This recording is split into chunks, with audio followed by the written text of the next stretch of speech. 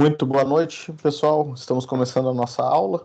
A partir de agora, a aula está sendo gravada e vai ficar disponível para todos na plataforma Moodle a partir desse momento. Salve, Renato, tudo bem? Boa noite. Boa noite, tudo bem, professor? Boa noite, colegas. Tudo certo. Vamos lá, então. Hoje a gente inaugura uma nova parte da matéria, né? A gente vai começar a falar agora sobre prática tributária, sobre o direito tributário, processo tributário, né? E aí, dos momentos que eu acho bem interessante que a gente vai começar a tentar aqui mostrar como é que é a atuação do advogado nos conflitos envolvendo direito tributário. O que é importante começar aqui explicando, tá, pessoal? A gente está falando aqui de resolução de conflito, né? Eu acho que o termo mais moderno hoje seria isso, né? Formas, meios de resolução de conflito. E aí, desses meios de resolução de conflito no tributário, hoje, em vigor, a gente tem o processo administrativo e o processo judicial. Tá? Ah, mas professor, não tem mediação? De forma muito incipiente tem uma espécie de mediação e arbitragem. Eu estou orientando 2 trabalhos de conclusão de curso sobre arbitragem tributária, mas assim, de forma muito resumida para ficar aqui no limite da nossa abordagem, eu posso dizer para vocês que hoje no Brasil não tem. Tem 2 projetos de lei querendo implantar, mas hoje não existe arbitragem no direito tributário, ela não tem aplicação. Em muitos países, a arbitragem é utilizada como forma de resolução de conflito, mas aqui no Brasil, por hora, a gente não pode. Então, a arbitragem não. E eu não vou botar um X ali na mediação, porque não quero ser injusto com as medidas muito interessantes que já foram inauguradas. E enalteço aqui uma delas, que é da Procuradoria do município de Porto Alegre, que recentemente implantou uma lei de mediação. Mas, vamos lá, né? Sendo muito prático e objetivo, isso não serviu de nada, tá? Na prática, assim, o contribuinte não consegue resolver o seu conflito com a administração pública por meio da mediação. Tem a lei, mas na prática não acontece. Então, o que nos resta aqui? A gente vai focar, e eu vou falar com vocês, dessas outras 2 formas que estão aqui, que é o processo administrativo, que é o tema da nossa aula de hoje, e o processo judicial, que a gente começa a falar a partir da semana que vem. Tá? Então, hoje a gente fala apenas do processo administrativo. E aí, falando do processo administrativo, o que é importante, assim, deixar claro, né? A gente está falando em um litígio resolvido no âmbito da administração. Então, a gente está falando do poder executivo dentro lá da sua estrutura organizacional. Então, é o poder executivo, é a administração pública que vai julgar. E aí, a primeira pergunta que se faz é: o poder executivo ele pode exercer a atividade de jurisdição, julgamento? É possível isso? É uma atividade atípica do poder? Muito bem, Tiago. Exatamente. Dentro da doutrina de freios e contrapesos, né, que é a evolução da tripartição dos poderes, é um poder atípico, né, do poder executivo, o julgamento, exercer o julgamento, e ele pode, sim, ele exerce. Mas aí vem a primeira pergunta, e a pergunta que interessa muito, né? O credor é o julgador? É isso? Então, a gente está falando aqui do credor, né, que é o fisco, sujeito ativo da relação obrigacional tributária, e é ele que vai julgar? É exatamente isso. É isso mesmo. O credor, no caso, dentro da sua estrutura administrativa, ele vai exercer a tarefa de resolver o conflito. E antes que a gente fique pensando assim, isso aí é mais uma jabuticaba criada no Brasil, eu diria assim, calma, vamos analisar com calma isso. E eu posso dizer para vocês que em vários lugares o direito tributário, ele praticamente não existe no judiciário, em muitos países desenvolvidos. Em muitos países, o direito tributário ele é basicamente resolvido o conflito, as questões são resolvidas no âmbito administrativo. Então, cito como exemplo os países anglo-saxões, praticamente todos os conflitos que vão para o judiciário de tributário são muito pequenos, é muito pouco. A grande maioria das questões é resolvida exclusivamente no âmbito administrativo. Dá para a gente citar, por exemplo, a Alemanha. A Alemanha é um caso assim de tão aprimorado que o poder administrativo tributário desenvolveu, ele se tornou praticamente um tribunal. É mais ou menos o que aconteceu no Brasil com a Justiça Eleitoral. A Justiça Eleitoral ela era um apêndice da administração pública. E aí ela foi crescendo, foi se especializando e hoje integra o poder judiciário, né, um tribunal. Então, é possível sim, e é possível ter um julgamento em corte administrativa de muita qualidade. No direito francês também é muito acentuada a preponderância do administrativo. O direito espanhol se impõe até a necessidade de resolução da questão no administrativo antes de ir para o judicial. E como é que é no Brasil? Falei um pouco de vários países, como é que é no Brasil? É uma bagunça. E aqui talvez vocês não estejam surpresos com nada, né? No Brasil, você pode ir para o administrativo ou pode não ir. Você pode ir para o judicial e voltar para o administrativo. Você pode ir para o administrativo, desistir e ir para o judicial. Faz como você bem entender. Mas essa bagunça ela poderia ser até benéfica, né? Porque nós teríamos aí uma competição. Eu acho interessante sempre estimular a competição entre entidades, né? Então, se o Poder Judiciário está julgando melhor, está julgando mais rápido, eu vou para o Judiciário. Se o administrativo está sendo mais eficiente, eu vou para o administrativo. E essa escolha, essa faculdade é liberdade do contribuinte no Brasil. Mas se a gente for parar para pensar em termos de eficiência, alocação de recursos, né? No final do dia, a gente está falando de dinheiro público, nosso dinheiro, meu, de vocês, de todo mundo que está aí, sendo gasto duas vezes para a mesma coisa, né? Então, o Thiago ele tem um problema lá com a prefeitura de Carlos Barbosa. E aí ele foi lá na prefeitura tentar resolver o problema de ISS lá na prefeitura. E aí a prefeitura reservou um funcionário, um servidor, para julgar o caso do Thiago. Esse funcionário é pago com dinheiro público. Tem um órgão superior para julgar o recurso do Thiago, que é pago com dinheiro público. E aí, no final, a decisão não foi adequada. O Thiago vai desconsiderar todo esse dinheiro que foi gasto e vai para o judiciário. E vai pedir para que o judiciário aprecie a mesma controvérsia de novo, gastando de novo dinheiro para resolver o mesmo problema. Vamos combinar que isso não é eficiente, né? Se a gente for pensar do ponto de vista econômico, não é uma boa alocação de recursos. A gente está botando duas vezes recursos para resolver o mesmo problema. Então, isso não parece fazer sentido. Mas é como vigora no Brasil. Então, é importante que estabelecer aqui uma questão introdutória, né, que no processo administrativo brasileiro não há necessidade de esgotamento de instância. Então, assim, você não precisa ir para o administrativo, esperar a decisão final para depois ir para o judiciário.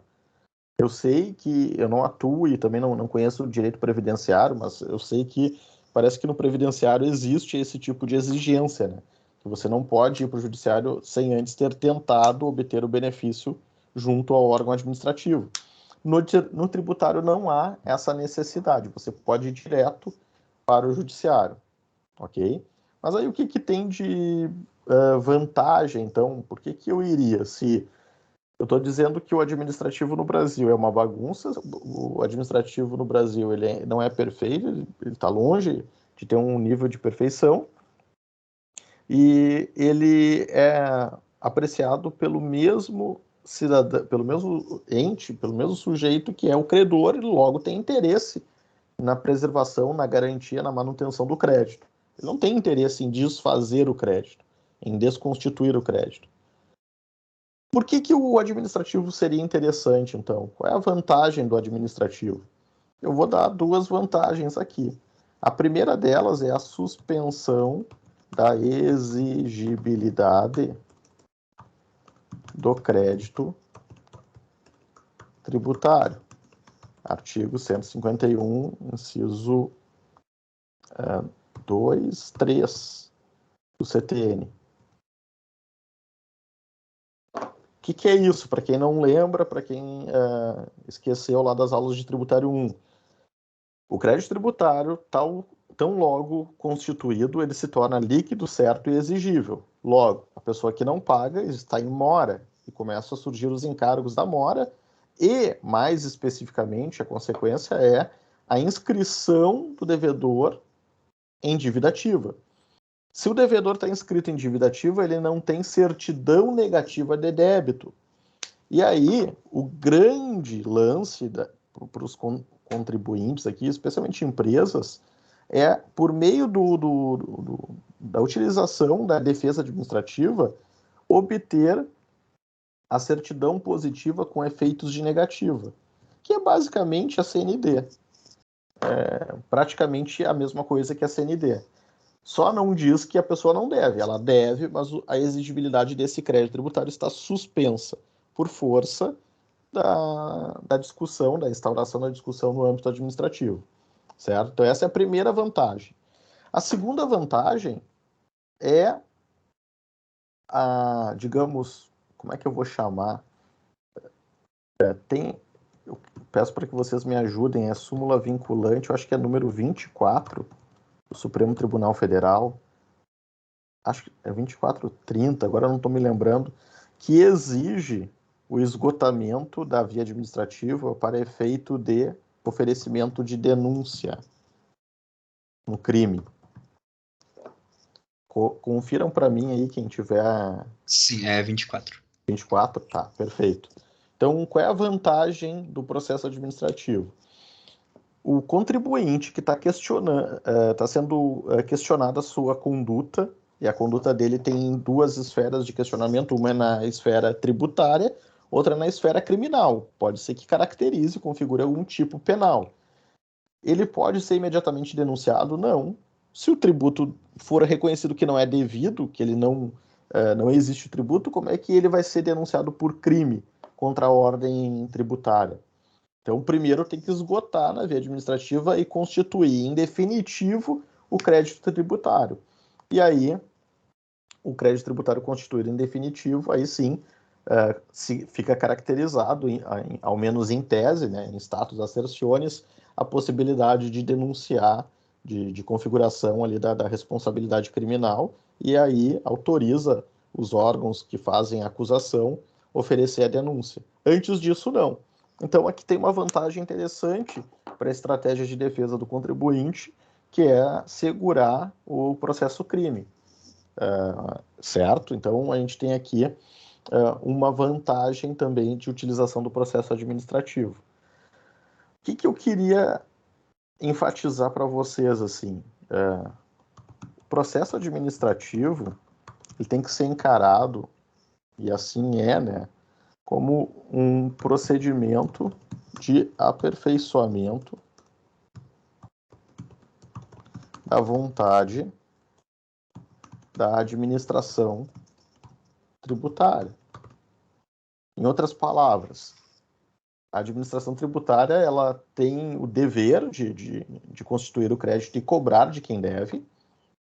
E, com relação a isso, não há nenhuma dúvida.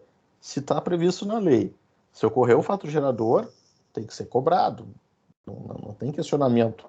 Agora, será que essa cobrança está sendo feita de forma correta? Então, o processo administrativo tributário, ele é uma forma de aperfeiçoar a vontade da administração, de modo que a administração pública ela vai cobrar aquilo que passou pelo crivo de um controle mais aperfeiçoado. Não foi uma pessoa que foi lá e caneteou. Imaginem o servidor da auditor da Receita, fiscal de tributos, seja lá qual for o nome que ele tiver, como aquele fiscal de trânsito. O cara lá, o fiscal de trânsito, ele olhou e entendeu que você infringiu a norma de trânsito e foi lá e autuou você. Mas aí você traz argumentos e mostra e justifica que, na verdade, né, não ocorreu infração, não ocorreu nenhuma violação a nenhuma norma. Ou se pode chegar e se coletar mais elementos para confirmar, não. Agora eu não tenho mais dúvida, com todos os documentos que foram juntados no processo administrativo, eu tenho certeza de que ocorreu o fato gerador e que o tributo é devido. Então, por isso que eu chamo de aperfeiçoamento da vontade de administração. É uma forma de melhorar e exercer o controle da legalidade. Lembrem, pessoal, lembrem, nós estamos falando aqui de processo administrativo, logo a atividade de julgamento pela administração pública, Poder Executivo. E o Poder Executivo, ele pode questionar a constitucionalidade de uma norma? Não. Não está previsto na Constituição que o Poder Executivo possa questionar a constitucionalidade de uma norma. Logo, o nível dentro daquela pirâmide lá do Kelsen, que o controle da administração pode exercer, é até a lei. Ele só pode ir até a lei e conferir se dentro da esfera de competência dele está adequado aquele ato administrativo. Então, aqui nos remete para uma outra questão. Eu não posso, e eu vou falar para você sobre a peça, né, como é que se redige a peça, não é possível discutir no administrativo questões, questão de índole constitucional. Então, não pode. Eu quero dizer que o tributo é inconstitucional, por isso eu não devo, e é esse o meu argumento para o meu recurso administrativo. Vou dizer para você, não faça. Se é esse o teu recurso, esse é o teu único argumento, não faça, porque a administração pública, por mais que ela se convença, o julgador ele pode dizer, não, tu está coberto de razão, tu está certo, só que eu não tenho esse poder para decretar inconstitucionalidade. Logo, eu tenho que cumprir até que a lei seja modificada, ou pelo legislativo, ou pelo judiciário, com a decretação da inconstitucionalidade. Tá? Então, esse é um ponto aqui que é preciso atentar. Inclusive, eu acho que a súmula número 1 do CARF, quem puder conferir aí para mim, por gentileza.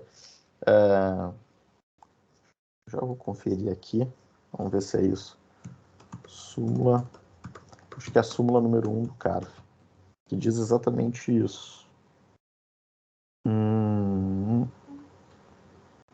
Não é a 1.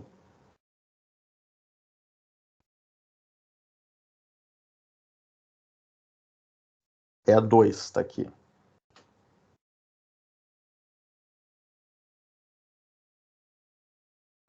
Eu vou falar bastante sobre CARF hoje.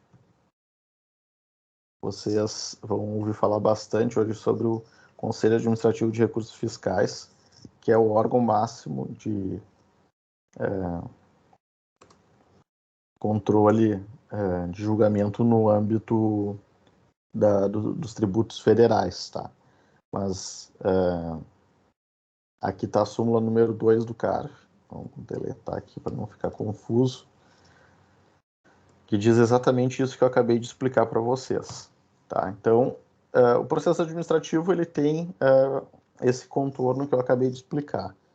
E aí, como é que ele funciona? Vamos criar agora um fluxograma aqui. Fluxograma do processo administrativo tributário. Mas antes, eu quero colocar aqui para vocês a legislação. Então, legislação.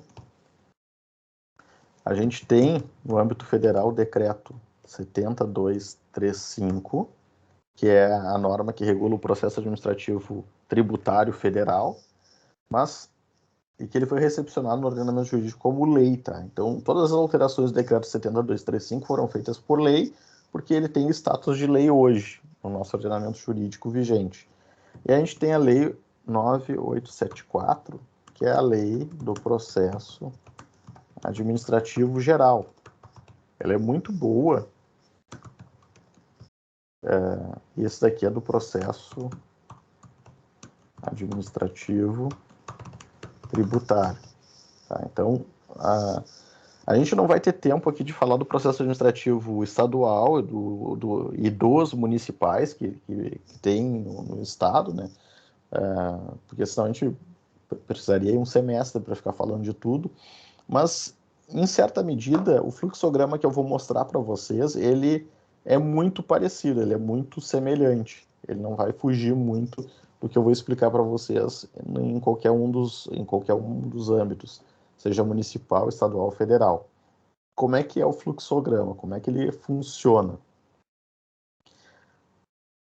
Então, tudo começa com o auto de lançamento. Então, esse é o ponto de partida.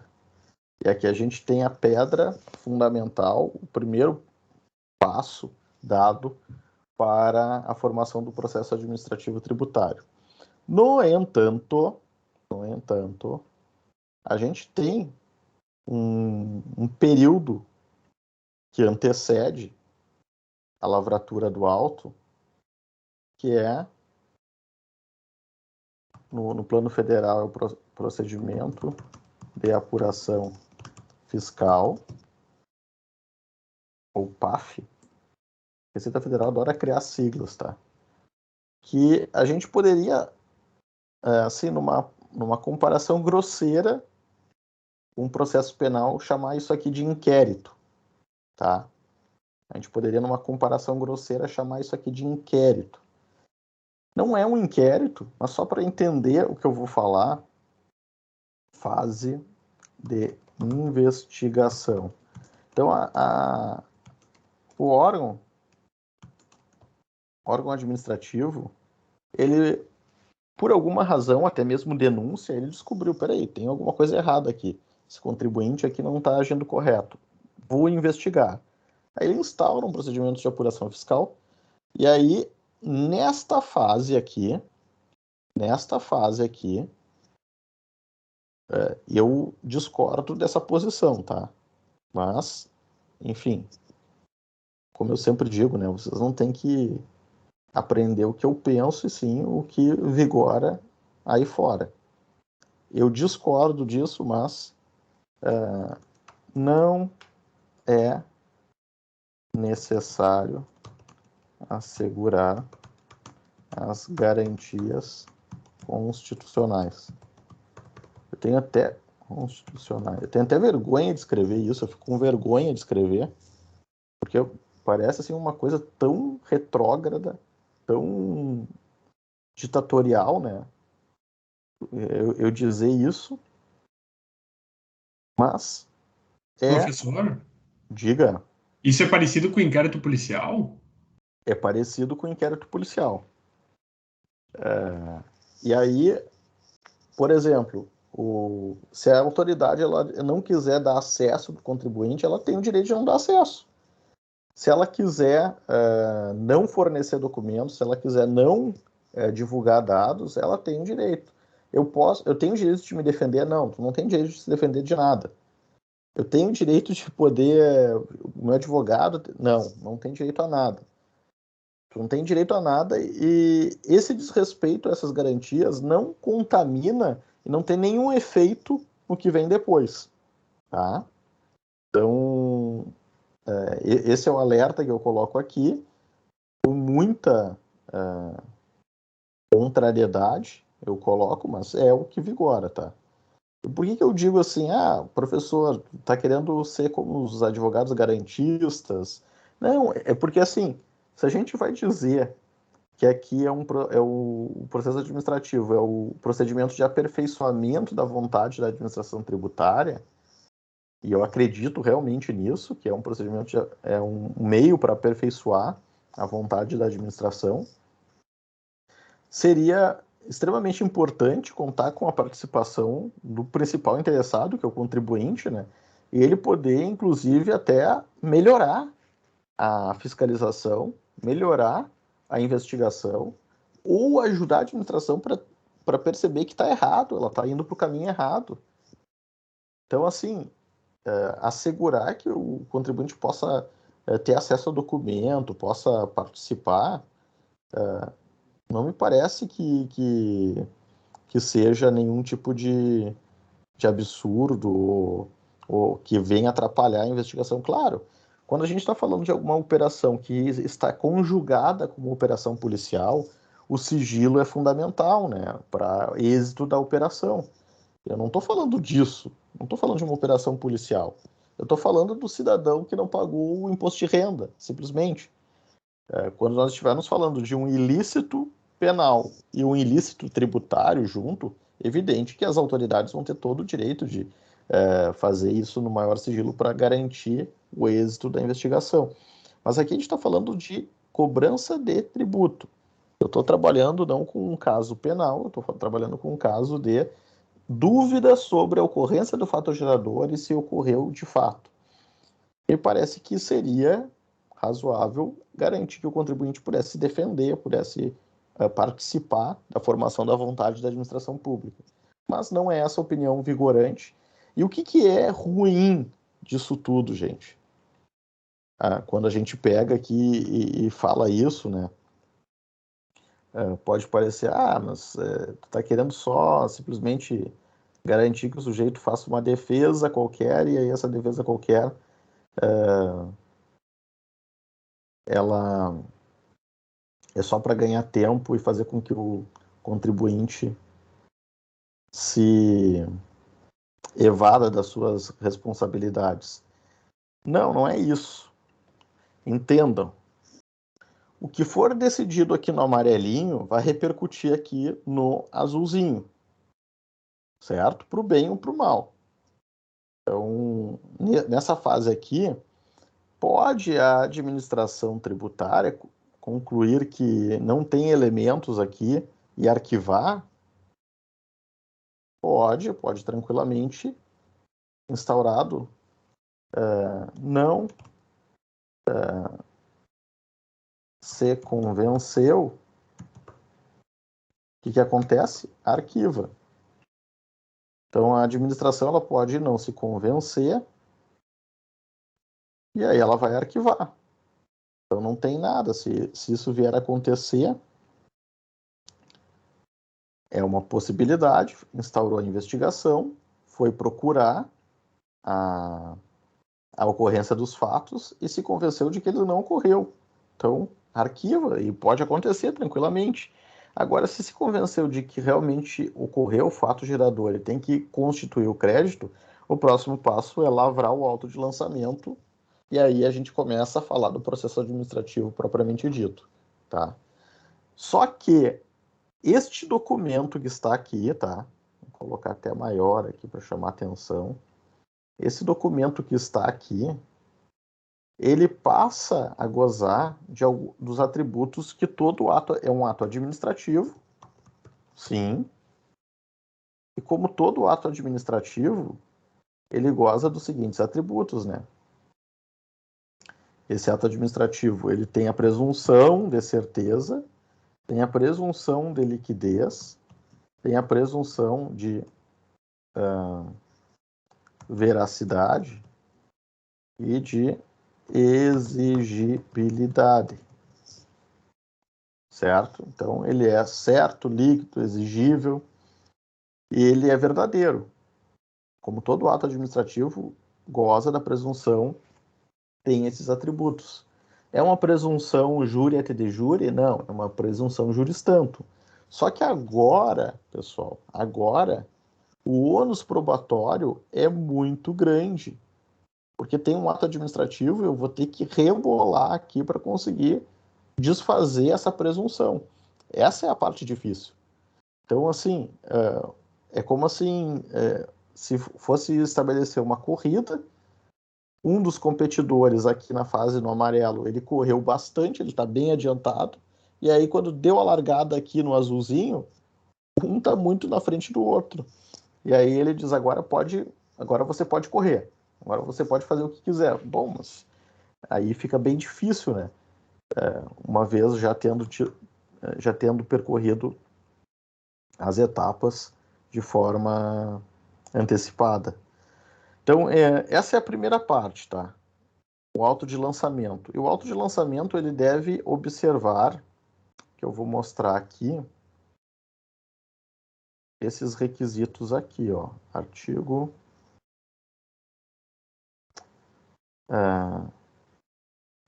10.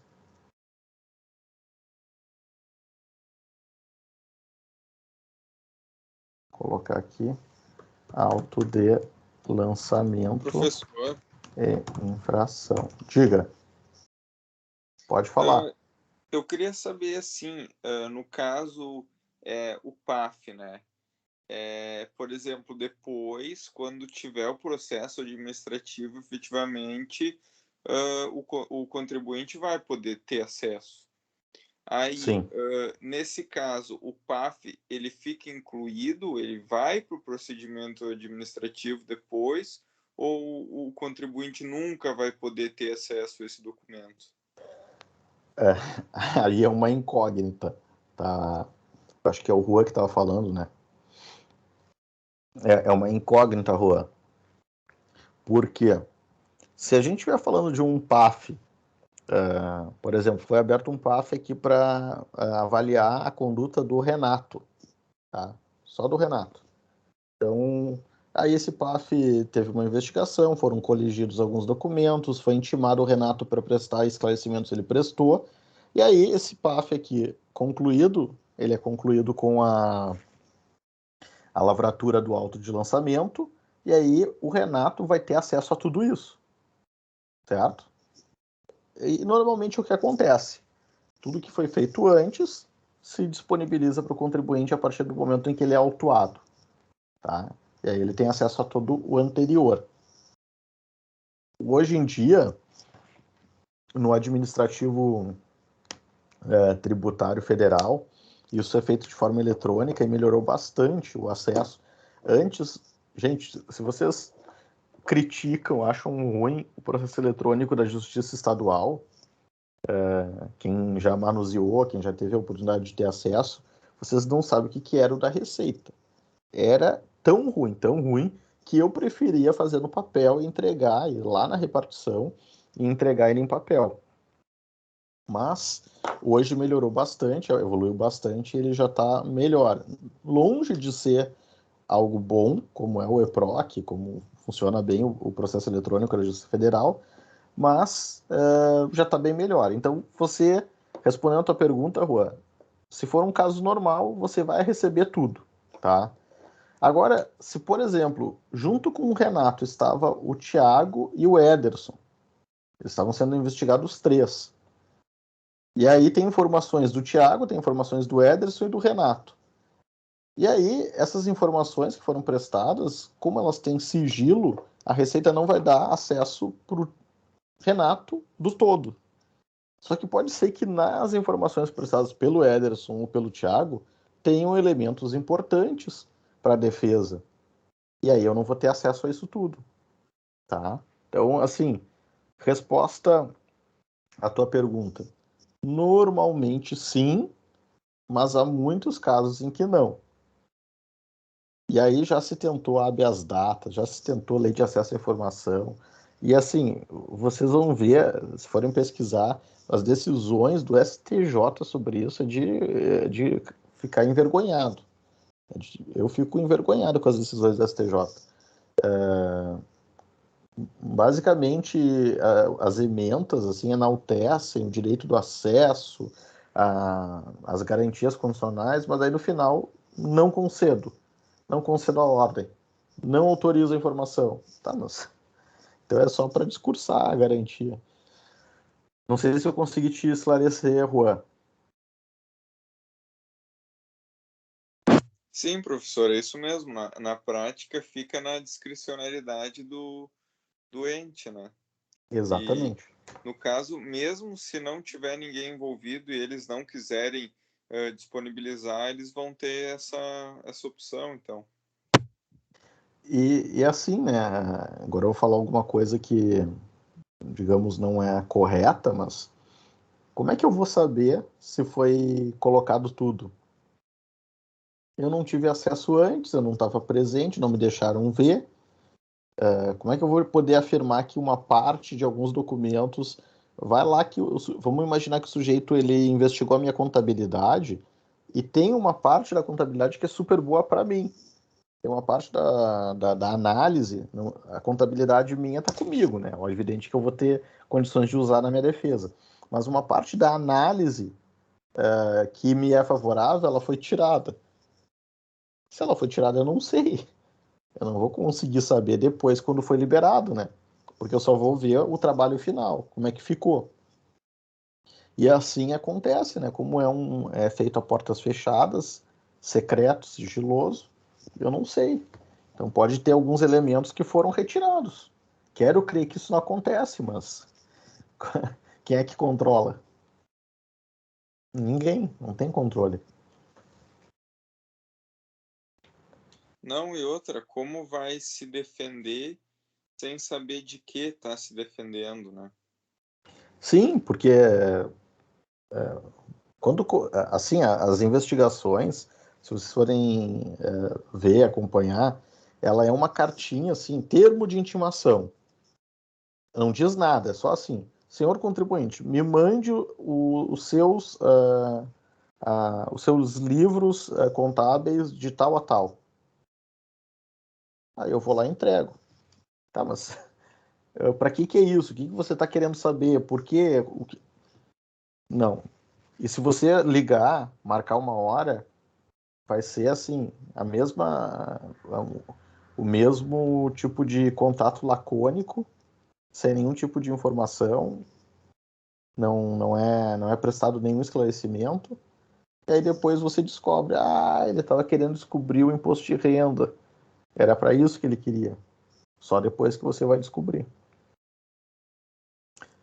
Certo? Então, adiante. Então, falei aqui do fluxograma do processo administrativo, falei do primeiro ato, né, que é o auto de lançamento. E aí, como a grande maioria dos tributos ele é feito o lançamento por homologação, ou seja, o contribuinte já lançou, se nós estamos falando de uma fiscalização da administração pública, significa que o que eu fiz não está bom, né? Não está bem feito. Se o que eu fiz não está bem feito, eu incorri em alguma infração. Logo, esse auto de lançamento ele vai desconsiderar o que eu fiz e vai me autuar com uma multa. Então, ele também é um auto de lançamento e infração. E o que deve conter? Esses requisitos, esses elementos aqui, e se não conter, se ele não observar esses elementos, já é o primeiro tema, o primeiro tópico da minha defesa. Eu vou arguir aqui algum tipo de nulidade do lançamento por não respeitar os requisitos que estão aqui no artigo 10 do decreto 70235. Tá? Então esse é o primeiro elemento. Se a gente fosse fazer uma comparação grosseira, tá? Grosseira com um processo civil, isso aqui seria a petição inicial e esses seriam os requisitos da petição inicial, tá? Mas, por favor, é uma comparação grosseira. E aí, o próximo passo é notificar o contribuinte. Então, ele recebe uma notificação. Então, o contribuinte vai ser notificado, tá? Notificação. E ele vai ter um prazo para pagar ou se defender. O fisco, ele manda na cartinha, e ele é bem malandrinho, e aqui eu estou falando brincando, mas eu acho que está certo. É estratégia de convencimento. O fisco vai lá e faz a seguinte proposta. Olha, se você não fizer nada, eu vou te dar um desconto. E aí, caso o nosso amigo aqui, notificado, ele decida pagar então, e receber o desconto, normalmente é concedido desconto sobre os juros e multa, então aqui está extinto o crédito tributário. Então, se isso aconteceu, foi extinto o crédito tributário, certo?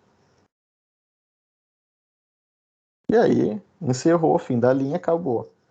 No entanto, se eu receber essa notificação, o contribuinte ele não se conforma, não, peraí, mas eu não devo isso aqui está errado.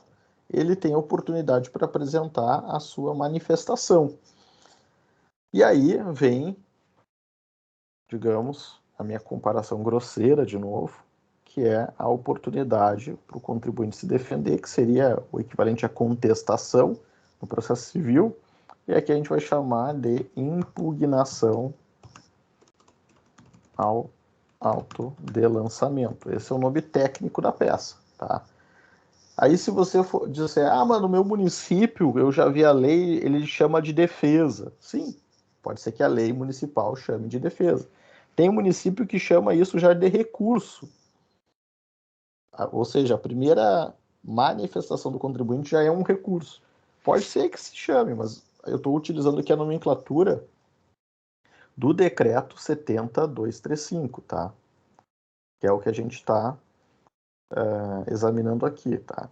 Então, falei aqui da notificação. Falei da notificação. Vamos colocar aqui a legislação da notificação. O que deve ser observado nessa notificação. E agora vamos colocar aqui a legislação, os requisitos da impugnação. Vejam aqui o que diz o artigo 14, a impugnação instaura a fase litigiosa, que é o que os processualistas gostam de chamar de a chamada angularização do processo. Acho fantástico o nome que eles usam, né? O prazo aqui é de 30 dias, está escrito aqui no artigo 15, tá? E ela tem que ser feita por escrito. Se você for no site da Receita, vai encontrar um modelo. Se você for em algumas prefeituras, tem lá um formuláriozinho para fazer ela e a pessoa pode fazer isso de próprio punho. Aqui não existe o jus postulante ou a reserva para os bacharéis em direito. Qualquer cidadão, qualquer contribuinte pode fazer a sua própria defesa. Não precisa de advogado. Tá. Deixa eu tirar os risquinhos, pegar o texto compilado. E agora eu transcrevo aqui o artigo 16, que é a parte da impugnação. Então, o que diz a legislação acerca da impugnação? O que ela deve conter? Que a gente tem os requisitos legais, tá? E aí, eu vou fazer agora o modelo de impugnação para a gente treinar aqui, certo? Então, vamos fazer um modelinho aqui de impugnação. Então, como é que começa, né? Começa eu me dirigindo, ilustríssimo senhor, vamos colocar aqui para não dar problema, bem, delegado da Receita da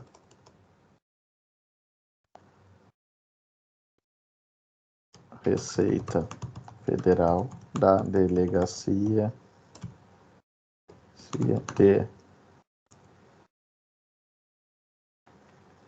Regional de Julgamento tá? Receita Federal do Brasil.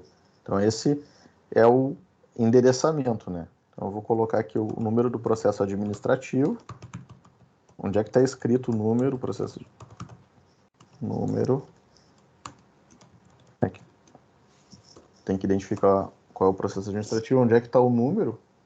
Tá aqui, ó, no auto de lançamento vai ter a qualificação, a identificação e vai ter o número do processo que foi aberto, tá? Aí eu identifiquei, aí eu qualifiquei aqui, nome, nacionalidade,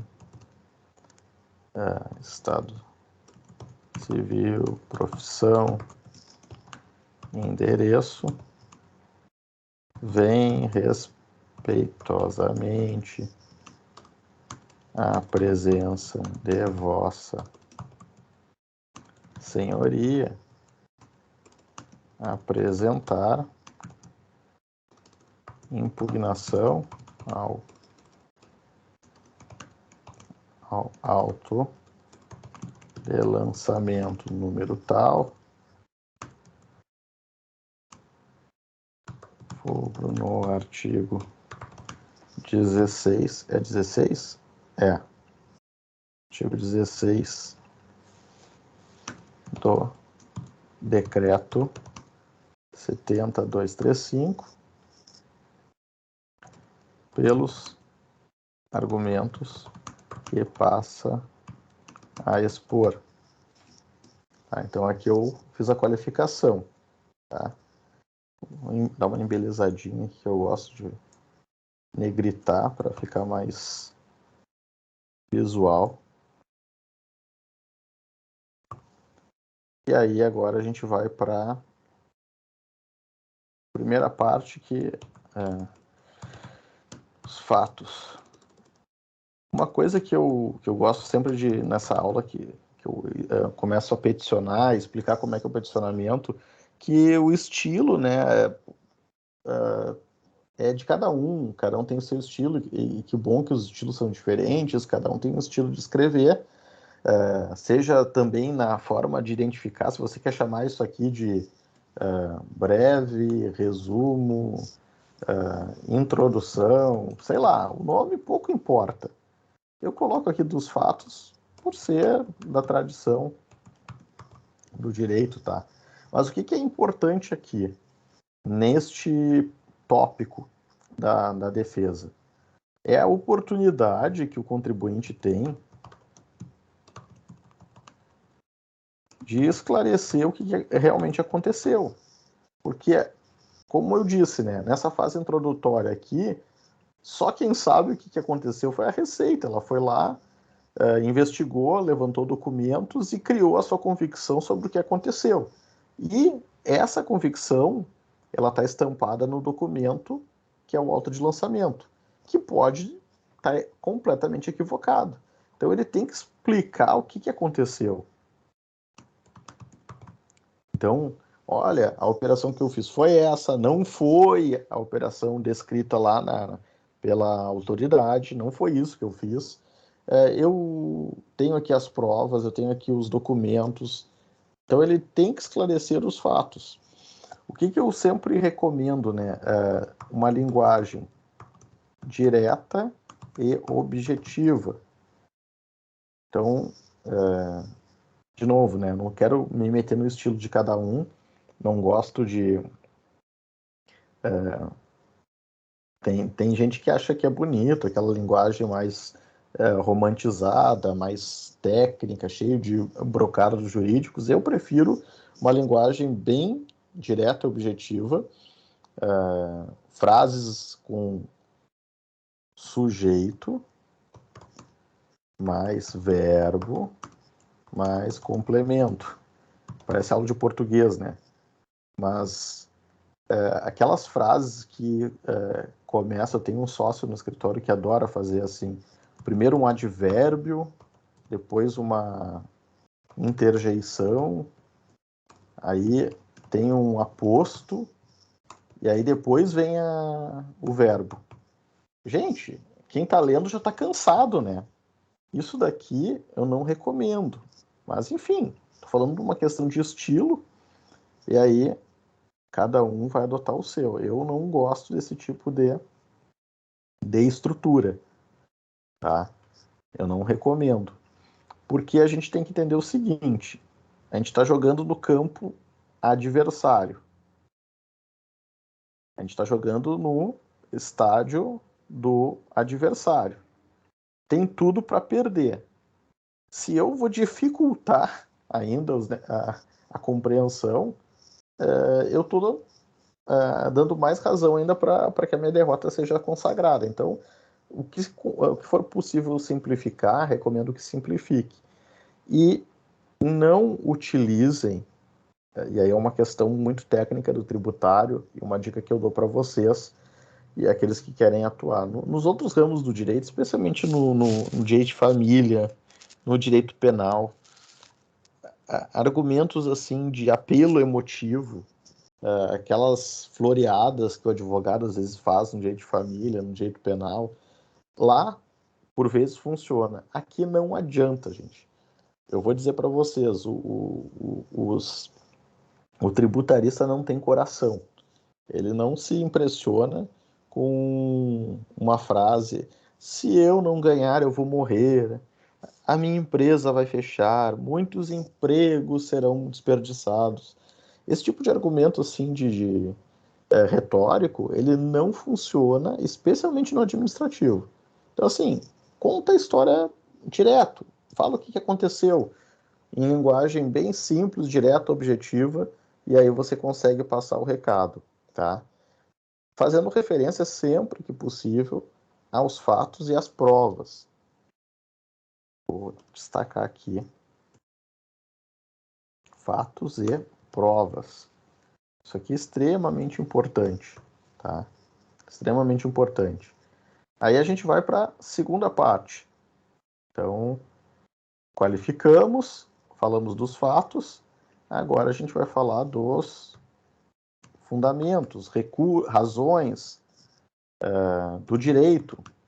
Enfim, o nome pouco importa, mas aqui o que é preciso ter, né? Fundamentação jurídica consistente. Então, eu tenho que apresentar qual é a lei, qual é o decreto, qual é a instrução normativa, quais são as normas que incidem aqui no caso concreto e que fazem com que o ato administrativo que eu estou contestando esteja incorreto e mereça ser desconstituído.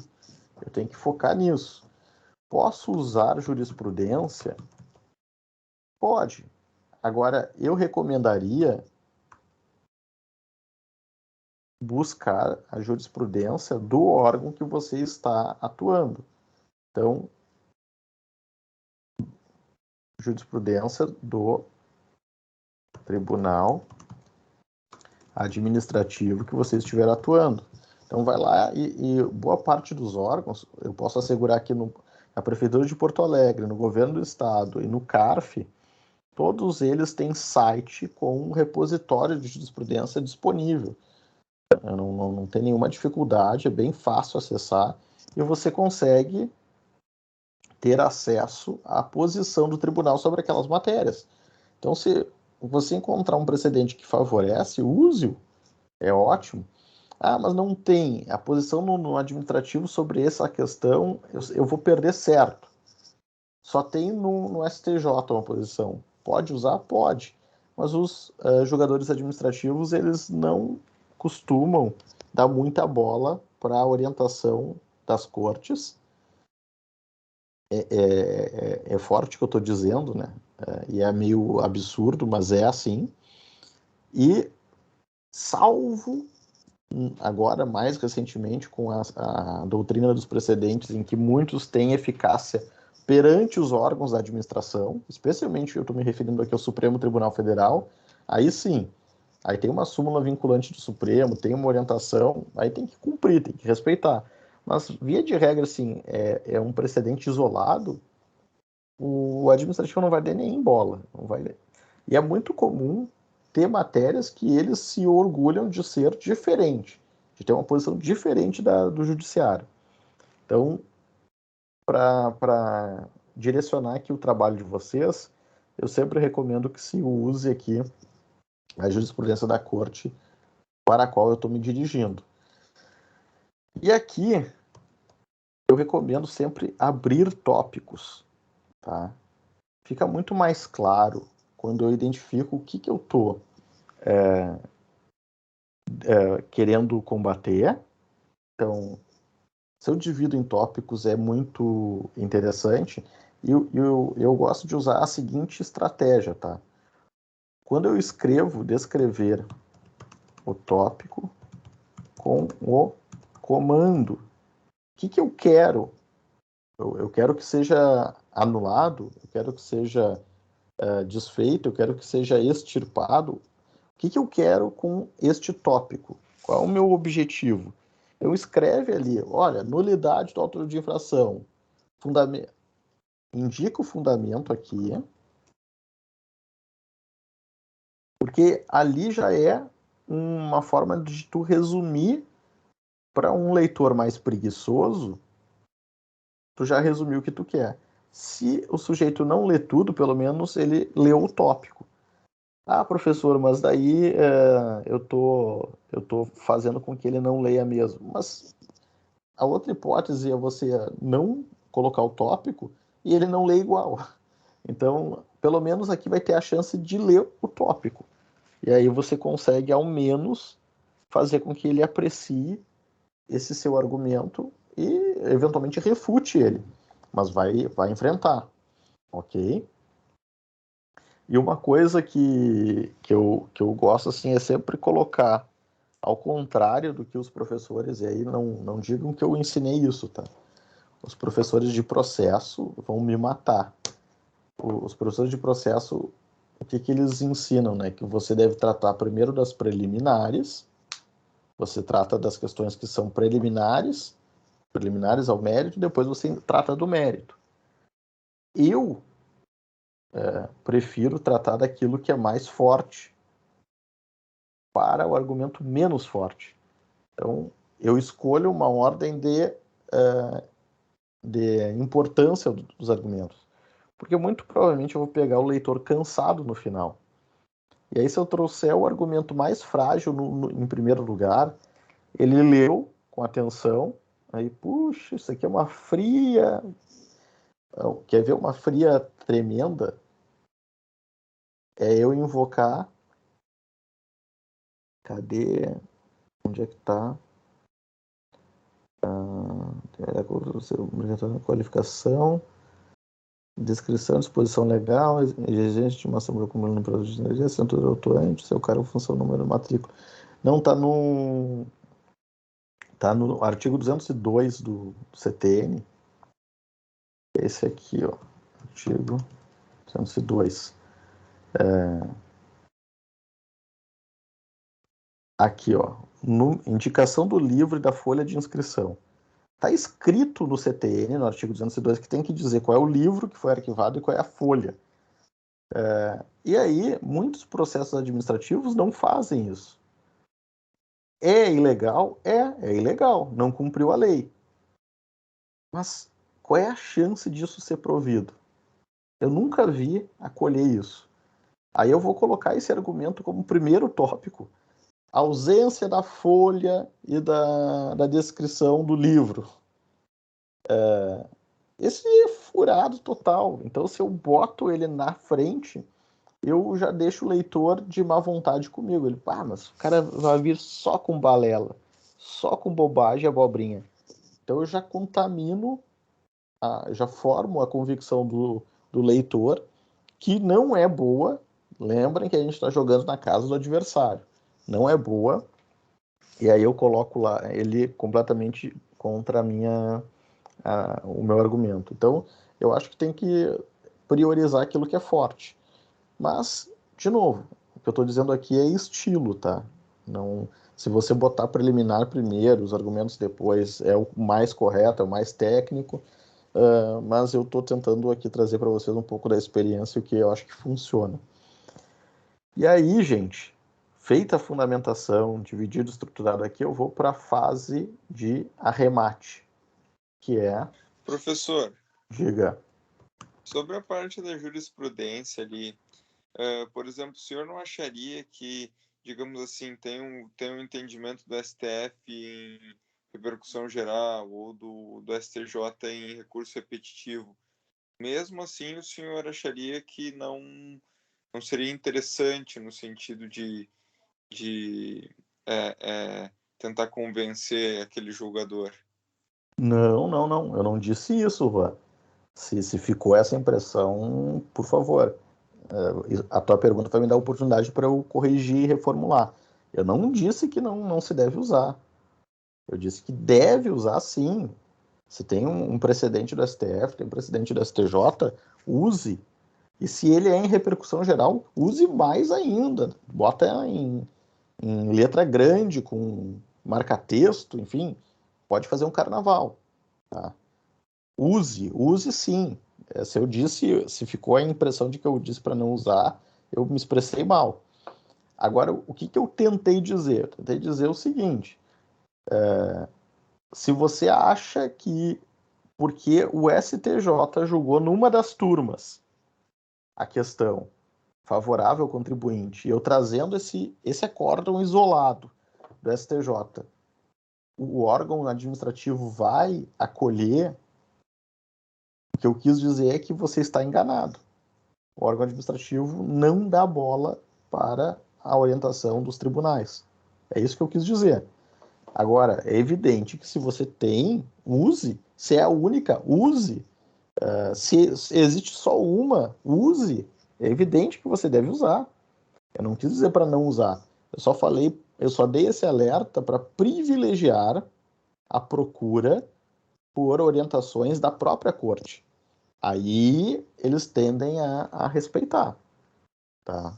Mas use sim, tá? Não é para não usar. Professor Ederson, duas pequenas perguntas. Pois não, pode fazer. A sua sugestão de primeiro o mérito e por último a preliminar, invertendo, grosso modo, o processo judicial, é só no PAF? Ou também o senhor utiliza essa técnica no judicial? A segunda, bem rapidinho. Não deve o senhor dar um exemplo do que se utilizou já naquele último tópico com comando? O senhor lembra de um que já foi utilizado, que é comumente utilizado? Só para fixar, assim, obrigado. Tá. Assim, vamos lá. Eu estou falando de estilo, que é o meu estilo, estou dizendo como é que eu faço, e não que vocês tenham que fazer, tá? Por favor. Tá gravado e para ficar bem claro, ninguém deve fazer assim porque o Ederson disse e se não fizer assim eu vou dar errado. Não. O correto, digamos que os processualistas prezam, é enfrentar o mérito. Isso está escrito no CPC, né? Primeiro enfrenta o mérito, depois as preliminares.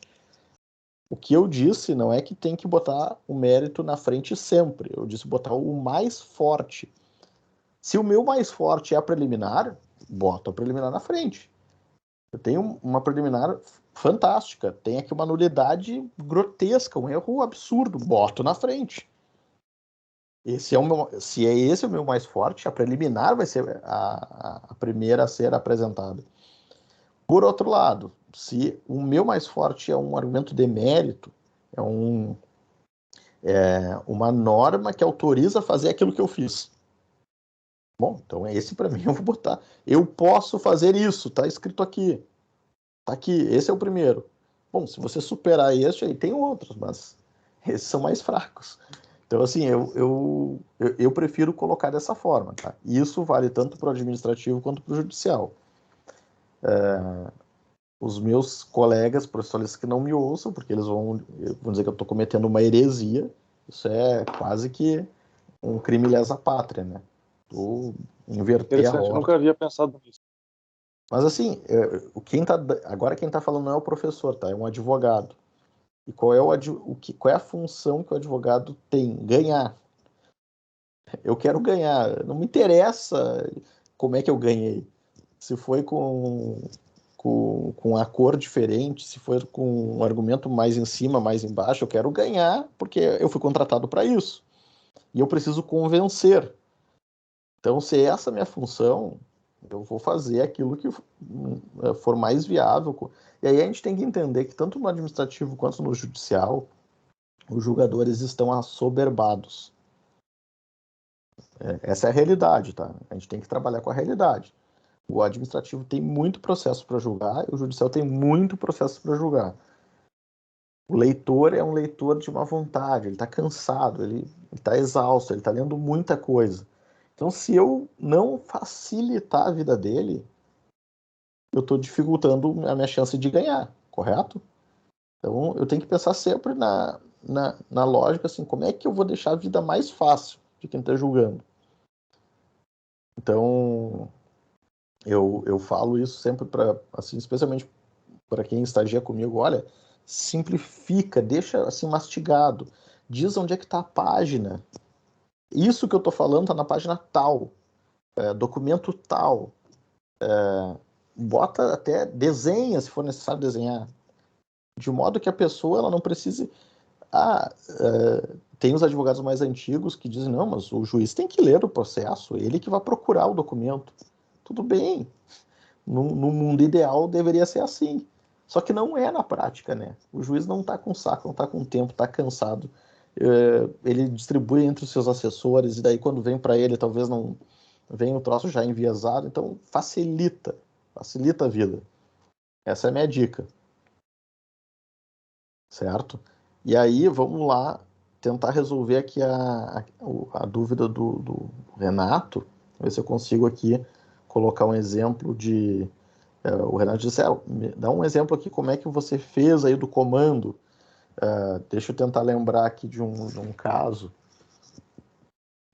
Por exemplo, eu estou defendendo o contribuinte de uma glosa de despesa médica, tá? Ele foi autuado, o meu cliente, ele foi autuado por ter utilizado um recibo de um médico e a Receita Federal entendeu que está errado. Daí ela glosou, ele retirou essa dedução da despesa médica. Então, eu vou colocar aqui, despesa médica. Permissão legal, artigo tal, o regulamento do imposto de renda, combinado com a IN número tal. O que eu quero? Desconstituição do crédito e reconhecimento da dedução. Certo? Então, se o cara não quiser ler meus argumentos, eu mais ou menos já coloquei tudo aqui. O que eu estou dizendo? Tem uma despesa médica, está autorizado na lei, eu quero que desfaça o crédito tributário que foi constituído e reconheça o meu direito à dedução. Então, se ele não tiver saco de ler tudo, o meu textinho do tópico já disse o que eu quero. Tá? Então, é nessa linha que eu digo assim que o tópico ele já tem que dar meio que a mastigada. É aquele exercício que os jornalistas fazem na hora de fazer a manchete do jornal. Se a manchete é boa, as pessoas compram o jornal. Se a manchete é ruim, ninguém compra o jornal.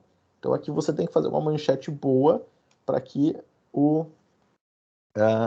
digamos, o nosso consumidor aqui, que é o julgador, ele compre a nossa ideia.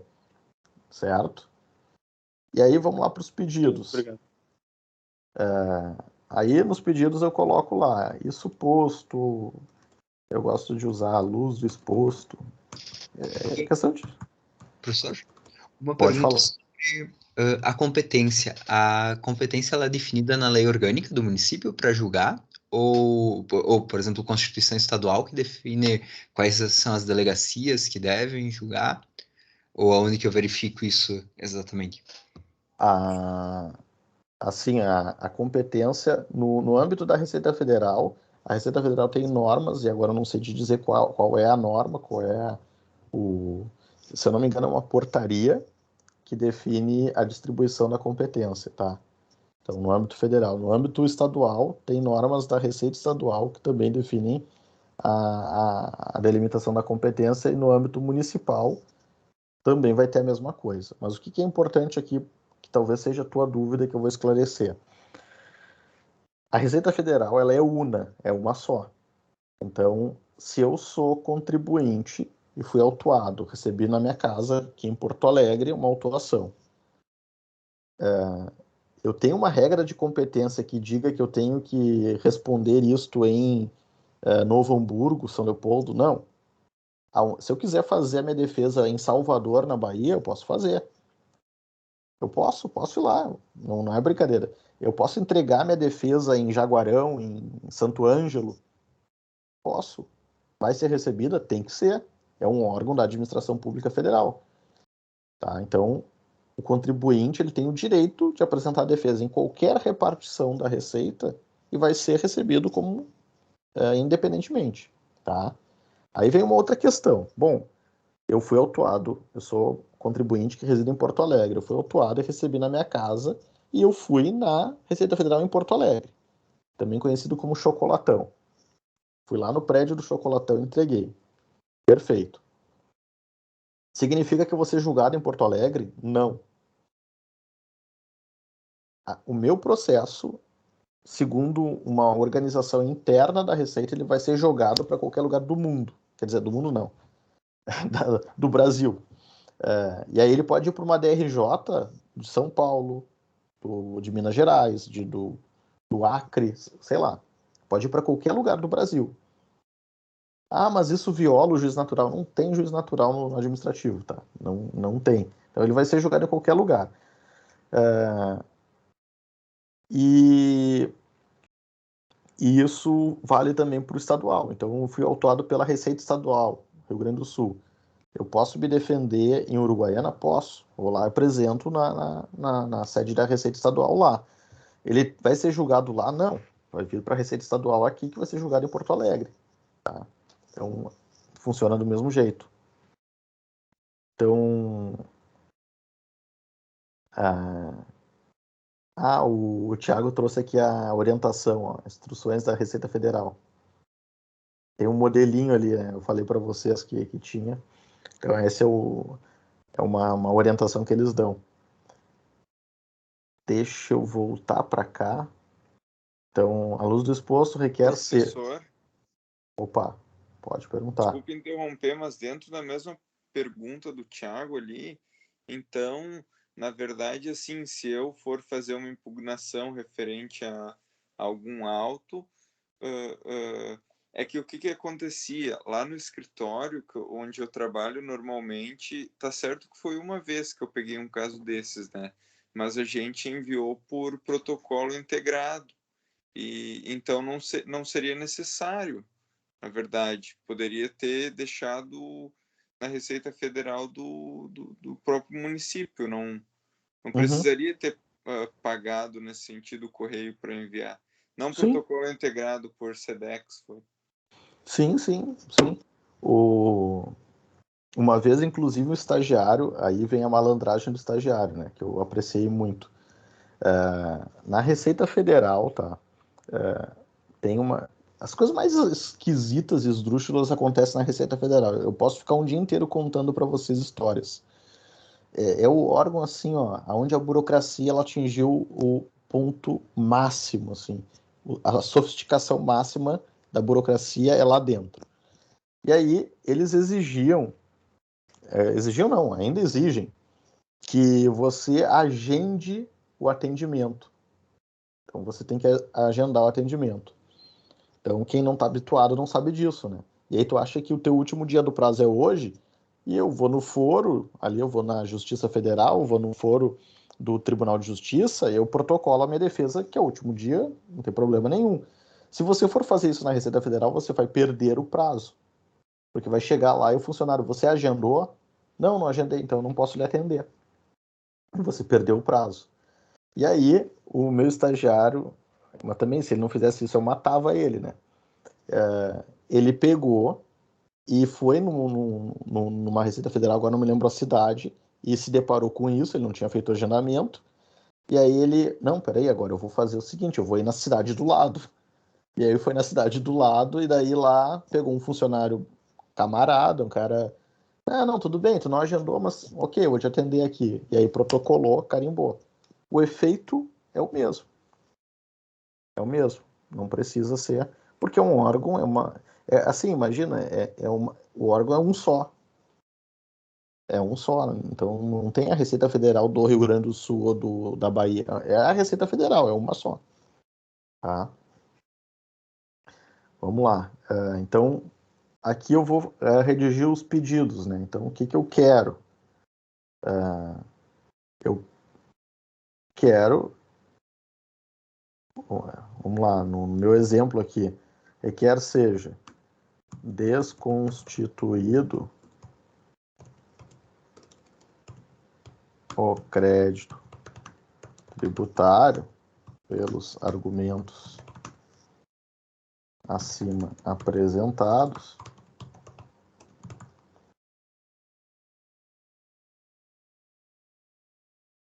reconhecendo a legalidade da dedução realizada pelo contribuinte. Então, peço o máximo, então desconstituído tudo. Subsidiariamente, não sendo acolhido, então, subsidiariamente, seja reduzida, estou inventando, tá? Seja reduzida a multa aplicada pelos fundamentos antes apresentados. Então, eu coloco sempre o que eu mais quero, né? O que eu mais quero é desconstituir por completo, acabou. Ou, se não desconstituir, eu quero que pelo menos reduza a multa, seja retirada a multa qualificada, que é agravada por alguma conduta que o contribuinte praticou e a autoridade entendeu que ela era grave, então eu peço para afastar. E aqui vem um ponto importante, gente. Pedido de prova. É possível produzir prova? É possível, mas tem que se pedir de forma expressa. É muito raro acontecer, e como os servidores acham que normalmente as pessoas não querem produção de prova, eles dificilmente, se você não pedir, não vai ter aquele despacho. Digam as provas que você pretende produzir, como tem no processo normal, no processo civil. Aqui no administrativo não tem isso. Se você não pediu, então, requer seja deferida a produção de prova pericial. Estou inventando agora, tá? No caso ali era uma despesa médica para realização de exame médico a comprovar a necessidade e a veracidade da despesa. Então, porque eu usei lá uma despesa médica que realmente foi necessário, e eu quero fazer um exame médico, quero que o médico examine e comprove, ó, houve o procedimento tal, e aí ele vai dar um laudo dizendo que realmente essa doença, essa moléstia existiu. Então, eu tenho que dizer que eu quero, porque se eu não disser, eu não vou ter outra oportunidade, tá? Eu tenho que fundamentar aqui. Nestes termos, pede deferimento da local, data, assinatura, tá? E aí a gente fechou a peça aqui da impugnação, ok? Bueno, vamos adiante aqui no nosso fluxograma.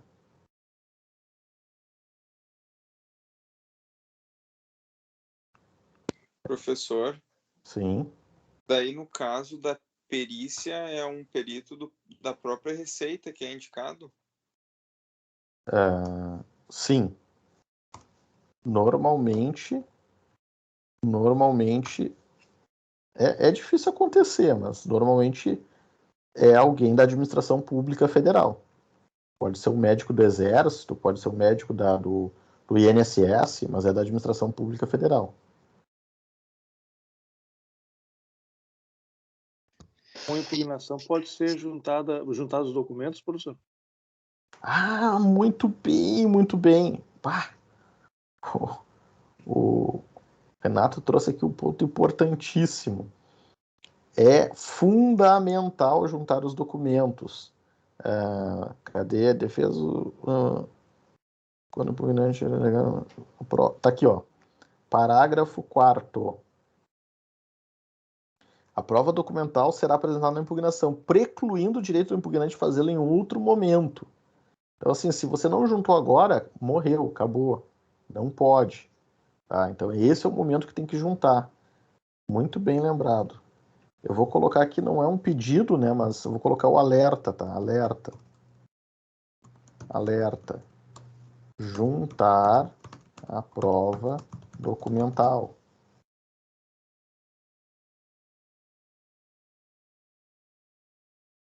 Vamos botar esse alerta. Professor, olha Sim. só, ali na assinatura tu não precisa ter nenhuma formação, né? Tipo, nem na via judicial que tu precisa ser advogado, defensor público, enfim, ali pode ser um fulano de tal que, sei lá, Sim. ele é eletricista, ele pode fazer essa peça. Uhum. Tá.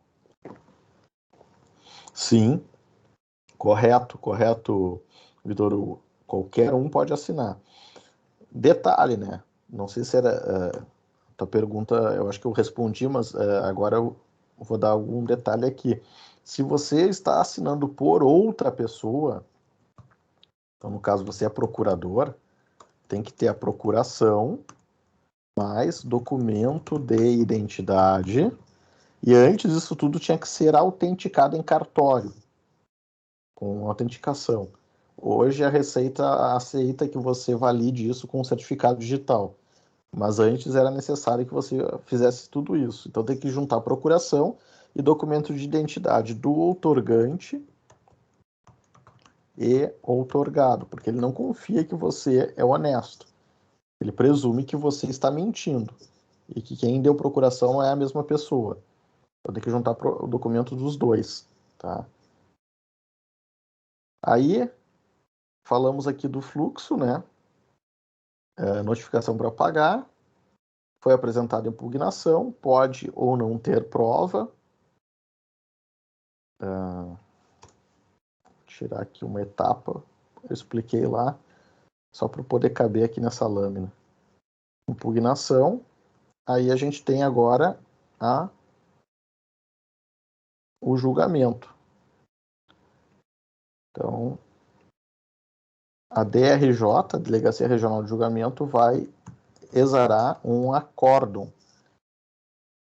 Aqui, se a gente fizesse a comparação com o processo civil, seria uma sentença, né, uma decisão tomada por um único julgador, mas no âmbito federal é um acórdão. E aí tem o delegado da Receita que julga, que é o relator, e tem outros 4 que acompanham e que fazem o julgamento. Na prática, na real, é um só que julga, tá? E os outros sempre dizem de acordo. Mas tem essa peculiaridade, que formalmente aparece o nome de outros integrantes ali. Esse acórdão, em 99% dos casos, será desfavorável ao contribuinte. 99% dos casos. E aí, contra esse acórdão, caberá um recurso, chamado de recurso voluntário. Tá? E aí, esse recurso voluntário remeterá a questão para o órgão final, que aí sim, se a gente está falando do âmbito federal, a gente vai falar do CARF, né? Deixa eu botar aqui mais pro cantinho para poder caber tudo. E aí, esse recurso vai para o CARF e o CARF vai proferir um novo acórdão. CARF, acórdão.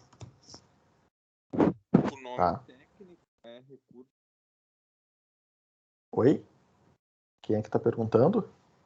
Juan. O nome técnico é recurso voluntário, professor? Isso, o nome técnico é recurso voluntário.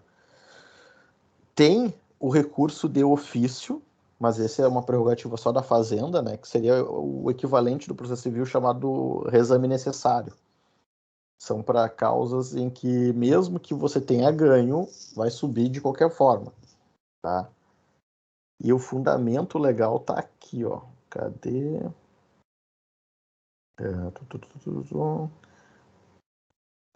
No caso de impugnação, da intimação, da competência, julgamento em primeira instância, nós falamos. Tá aqui, autoridade, primeira instância. Tá, esse é o recurso de ofício, a autoridade de primeira instância recorrerá de ofício sempre que a decisão exonerar o sujeito passivo, e aí tem o valor de alçada, que hoje, se eu não me engano, é R$1 milhão. Então, abaixo de R$1 milhão não tem julgamento exame necessário, acima terá. Tá aqui, ó, Juan, o fundamento do recurso voluntário, artigo 33, tá? Que ele deve ser feito dentro de 30 dias, tá? Contados da ciência da decisão. Aqui vem uma parte bem importante, parte extremamente importante. Todas as intimações, elas são feitas no nome do contribuinte. Não interessa se você deu procuração para um advogado, não interessa se o advogado pediu para receber intimação no seu nome, não interessa. A Receita Federal ela só fala com o contribuinte. E aí ela vai mandar as intimações, seja do julgamento da DRJ, seja do julgamento do CARF, para o contribuinte. Se você não alertou o cliente, corre o risco do contribuinte receber a carta e guardar numa gaveta. E aí, quando ele guardou na gaveta, você perdeu o prazo de recurso. E aí é um problemão, porque você foi contratado para fazer o recurso, você não soube do prazo, mas não por culpa sua, mas eu estou alertando aqui que é necessário combinar isso com o cliente. Se possível, até colocar no contrato que você for fazer de prestação de serviço, dizer que é obrigação, é dever do cliente informar e prontamente entregar a data precisa do recebimento, porque é naquela data que começa a contar o prazo, tá? Não da data, não da juntada nos autos. Isso também é diferente do processo civil. É quando o contribuinte recebeu, tá? Bom, e aqui a gente encerra o processo administrativo quando a gente tem o julgamento no CARF. O que eu queria chamar a atenção em matéria de recurso voluntário? Prestem atenção para a chamada dialeticidade. O que significa isso? Agora, no recurso, o que eu vou atacar? Não vou mais atacar o auto de lançamento, porque ele foi substituído por um acórdão. O ato administrativo agora que eu tenho que atacar é o acórdão. É esse o meu foco agora. Então eu tenho que dizer por que ele errou, por que está errado. E aí, aquele advogado preguiçoso que pega a impugnação, faz Ctrl+C, Ctrl+V e agora mudou o nome da impugnação, só botou aqui, recurso voluntário. A peça é a mesma. Eu não falo nada do acordo. Eu simplesmente pego as mesmas razões e boto aqui e agora joguei, vai. Corre o risco essa peça não ser conhecida por falta de fundamentação, dialeticidade. Eu tenho que atacar o acórdão. Eu não posso desconsiderar que houve um acórdão e que foi apreciado as minhas razões. Eu tenho que atacar, eu tenho que bater no acórdão. Tá? E esse Ctrl+C, Ctrl+V deve ser evitado. Ok? Dúvidas? Professor, só duas coisas, assim, ó. A primeira, no caso ali, perdão se o senhor falou, acabei não ouvindo. Essa decisão, mesmo que seja, entre aspas, de primeiro grau, da impugnação, vai ser sempre um acórdão, não tem sentença aqui no processo administrativo. Eu usei como exemplo, a aula de hoje ela está sendo toda ela falada com base no decreto 70235, que é o federal, e lá é acórdão, sempre será acórdão, até que se mude a legislação. Agora, se você me disser, mas eu sei de uma prefeitura que chama de sentença, pode ser? Tá, entendi. Pode ser, daí tem que ir na lei municipal. Tá. E a outra coisa ali, essa dialeticidade significa esse dever de atacar o acórdão, é isso? O dever de atacar a decisão que eu estou recorrendo.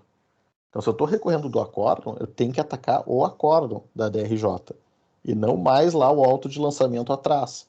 Claro que muitas vezes se confunde, né? São os mesmos temas. Ah, quer dizer, professor, que tem que fazer uma peça do zero? Não, você pode aproveitar as citações, os textos de lei que você usou, alguns argumentos que você usou. Claro que pode, não tem problema nenhum. Mas não faça simplesmente Ctrl+C, Ctrl+V e só mudando o nome da peça. Aí corre o risco de não ser recebido. Tá? O João me pergunta se existe reformácio impégios. Nesse caso, vamos ver se eu entendi, João. Se eu não entendi, tu me explica melhor. O contribuinte, ele ganhou, e aí ele recorre para melhorar a vida dele, e aí a corte, o CARF, piora. Se é isso que você entendeu, eu vou te responder, tá? Se é isso que você queria saber. Isso, tá, perfeito. No administrativo, vamos chamar assim, faz parte do chamado poder de autotutela da administração pública, tá? Então aqui a gente não está falando de... a gente está falando de zelar pelo interesse da administração pública. E a administração pública, ela pode rever os seus atos se ela entender que esse ato está errado. Tá? Então, se, por exemplo, o CARF se perceber, se der conta, não, peraí, mas como é que a DRJ ela tirou uma multa se a multa é devida? Está na lei, se está na lei tem que aplicar a lei. Então a administração pública ela pode rever os seus próprios atos a qualquer momento. Se eu não me engano, é a súmula do Supremo Tribunal Federal, súmula 473. Depois confiram se é isso mesmo. Supremo Tribunal Federal, então, é o poder de autotutela da administração pública. Tá correto, professor. 473, maravilha. Então, a administração pública, ela pode, mais do que pode, ela deve. Porque se houve um erro, um equívoco por parte da DRJ, e o CARF recebeu essa questão, ela olhou ali, ó, não, peraí, mas eles pisaram na bola, tá errado o que eles decidiram. Ele pode sim corrigir. E aí, isso pode caracterizar reformácio impégios. O sujeito pediu para melhorar e acabou prejudicando a situação dele. Pode acontecer sim. Renato, pode falar. Prazo para recurso são 30 dias? 30 dias. Isso. Isso aconteceu comigo. Eu fui ver o IPTU, pedi uma reavaliação, disseram, vamos reavaliar, só não te me alertaram que podia acontecer de reavaliar para cima, aumentar o preço. E acontece. E aí, assim, tecnicamente falando, se isso aconteceu, não é uma sacanagem, assim. Claro que às vezes fazem de propósito, né? Ah, ele veio me dar trabalho, então tá, agora eu vou. Às vezes isso acontece como assim uma revanche, uma desforra, sim, pode ser. Mas tecnicamente está correto. Se a casa do Renato vale de verdade 100 e foi tributado em 70, e a fiscalização revendo descobriu, não, peraí, mas tá, é evidente que vale 100. Eu vou reavaliar e corrigir o certo. Agora, se no caso concreto foi isso que aconteceu, daí, bom, eu não sei dizer. Mas, tecnicamente, sim, pode fazer. Alguma dúvida, pessoal, sobre o processo administrativo? Professor, eu só não entendi a parte. O recurso de ofício é a mesma. Tem o reexame necessário que é acima de 1 milhão, é isso? Não, calma. Eu falei que o recurso de ofício no administrativo, ele se assemelha ao reexame necessário no processo civil. Tá? Agora, apaga reexame necessário, esquece. Isso a gente fala na aula que vem. Hoje, só existe recurso de ofício.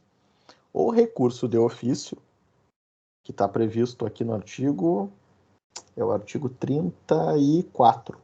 Artigo 34 do decreto 72.3. 34, decreto 7235. Ele tem lugar naqueles casos que o artigo 34 descreve, e aí eu acrescentei. O ministro da Fazenda, no caso hoje, o ministro da Economia, ele define qual é o valor mínimo para recorrer. Então, assim, abaixo, eu falei de cabeça, tá? Eu não sei se é esse o valor, mas pelo que eu me lembro, o último ato do ministro da Economia era R$1 milhão. Não sei se é exatamente esse que vigora ainda. Então, abaixo de 1 milhão, se o contribuinte ganhou na DRJ, não tem recurso voluntário. Acima de 1 milhão, terá recurso voluntário.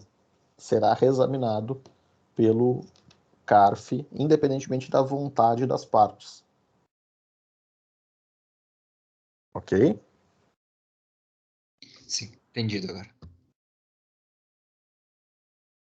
Mais alguma dúvida? Perguntas? Professor? Professor, Perdão, quer falar primeiro? Eu vou... Não, tá bom. Olha só, no caso assim, ó, sendo acima de 1 milhão, era tipo, vamos dizer que o contribuinte devia 1.500.000 e daí na decisão ali no acórdão ele ganhou sendo dito que ele não precisava pagar. É tipo isso? Isso. Ele devia Tá. 1.500.000, aí a DRJ disse, olha, na verdade foi autuado de forma equivocada, você não deve nada. Então, o fisco perdeu 1.500.000. Para preservar o interesse do fisco, interesse do erário, da administração pública, é que existe essa regra. Ó, você tem razão mesmo, tá liberando 1.500.000. Não, vamos examinar de novo, vamos mandar para segunda instância. E aí tem um duplo check. É para isso que serve.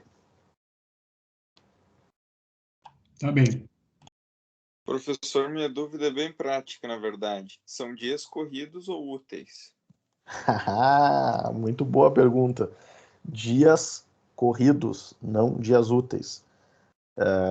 Gente, eu falo sempre, e aqui no escritório eu sempre digo para o pessoal, não utilizem o CPC em dias úteis. Mas professor, é o que está na lei. Sim, está na lei, mas se você usar em dias corridos, você não vai errar no administrativo e no judicial você vai ter dias a mais. Ou seja, tem uma folguinha. Então, quando você acha que é o último dia, não é o último dia, tem mais 1 ou 2, dependendo da contagem. Então, eu sempre digo, conta sempre em dias corridos, sempre. Eu acho que foi uma péssima decisão do legislador de mudar isso. Em tese, para beneficiar o advogado, para ele ter descanso, para ele não precisar trabalhar no sábado e no domingo, mas eu, sinceramente, acho uma bobagem. Então, assim, no administrativo é regra de dias corridos, tá? Não contem em dias úteis, tá? E não tem pular feriado, não contem todos os dias, tá? Eu tenho, assim, olha, eu tenho uma bronca com quem pega e começa assim, não, mas teve o feriado tal, não sei o quê, daí eu ganhei mais uns dias. Não faz isso, não faz isso. Há alguns meses atrás, eu tive que entrar com recurso para um colega, um advogado, que ele foi deixar para depois do carnaval apresentar o recurso para o STJ. E aí, eu não sei se você sabe, mas o STJ controverte se carnaval é ou não é feriado. O STJ passou, eu acho que uns 5 ou 6 meses julgando um tema para definir se carnaval é ou não é feriado. Por que, diabo, você deixou para depois do carnaval? Entrega na sexta, não ia ter controvérsia. Não, o colega contou, não, segunda-feira, óbvio, tá tudo fechado, o Brasil inteiro para, né? Não, se eu quiser ir no tribunal, não vai. O que disse a corte? Olha, você não comprovou que segunda-feira era feriado. E se você não comprovou e entregou na quarta, é intempestivo. Para quê? Para que discutir isso? Então, assim, Professor? não usem isso. Não usem. É um pedido assim de amigo. De assim, não é mais o professor que está falando. Desconsiderem, não faz essa gambiarra. Não, vou pegar o feriado, mas isso, vou contar em dias, porque tem 2 procuradores, vou contar em prazo de dobro. Não. Faz a contagem mais conservadora possível para você não ter dor de cabeça. Fala, Vitor Hugo. A gente conta com os dias corridos, desconsiderando se é feriado e tal, mas se vencer no feriado, por exemplo, assim, vamos dizer que meu último dia fosse ali dia 15 agora, o feriado de segunda, Daí eu posso protocolar no dia 16. Não. Também não? Não, Vitor Hugo, não faz isso. Tá, não, brincadeiras à parte. É evidente que você vai poder, mas eu morro de medo. Um pouco dos cabelos brancos que eu tenho, boa parte desses cabelos brancos que eu tenho, é em razão de. Eu às vezes acordo de noite pensando, puxa vida, será que eu perdi algum prazo? Será que eu esqueci alguma coisa? Então, assim, ó, eu tô falando. Vai ver, David gosta de adrenalina. Pra quê? Pra quê? Eu sei da história de um amigo que deixou pro último dia para protocolar. No último dia, no último horário, o foro fechava às 18 horas na época, e aí teve um protesto na Borges de Medeiros, aqui em Porto Alegre, que trancou a avenida, não tinha como chegar, e aí ele largou o carro num canteiro, saiu correndo, aquelas cenas de filme, assim, saiu correndo com o carro no meio do canteiro, assim, ali da avenida, saiu correndo, pulou os manifestantes para entregar o recurso. Para que isso? Para quê? Não faz no último dia. Tem feriado, eu posso pular? Não pula, Vitor Hugo, não pula, faz antes, entrega um dia antes. Ah, mas antes é sexta, é sábado e domingo. Então, perde 3 dias. Não tem problema. Não corra risco. A nossa atividade é extremamente arriscada, a gente trabalha com muita responsabilidade. É extremamente estressante, gente. Se tem uma coisa, eu adoro a advocacia, eu adoro o que eu faço, mas assim, é muita responsabilidade. A pessoa te confiou e tá te pagando, né? Vocês vão cobrar caro, eu espero. Vocês vão cobrar caro por isso. A pessoa tá te pagando, você tá confiando que você vai resolver o problema, e aí você com que cara vai dizer, eu pensei que carnaval, dia segunda era carnaval, eu pensei que eu podia entregar depois, e aí eu perdi o prazo. Como é que você vai ter coragem de dizer isso pro cliente? Então, assim, evita. Agora, dizer que você perdeu porque a Receita apreciou mal os argumentos, ok.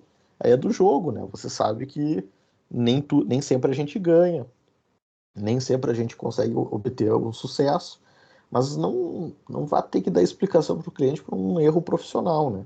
De entregar fora do prazo. Aí sim, aí é péssimo. Sem adrenalina, tá, David? Ô, professor, mas ele conseguiu entregar? Não entregou no prazo. Esse meu colega, eu gosto muito dele, é um cara fantástico, assim. Ele não entregou no prazo.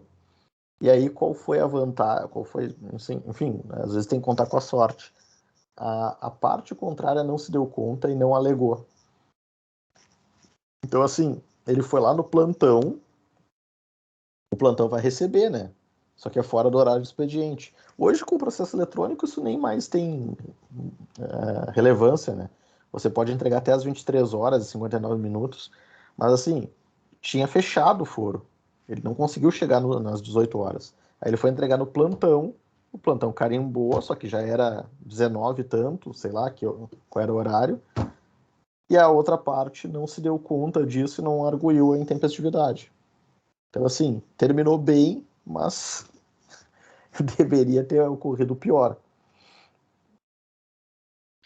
Não, ô professor, te contar um negócio que aconteceu lá no nosso escritório. A gente foi, tinha que fazer um recurso ordinário, né, na Justiça do Trabalho, e aí a gente protocolou, só que não foi as razões do recurso, só foi a peça inicial. Uhum. E aí eu, como eu tenho, assim, eu tenho um toque, eu fui olhar de novo o processo, não sei por quê, eu fui olhar de novo e eu vi, assim, até falei para nossa colega,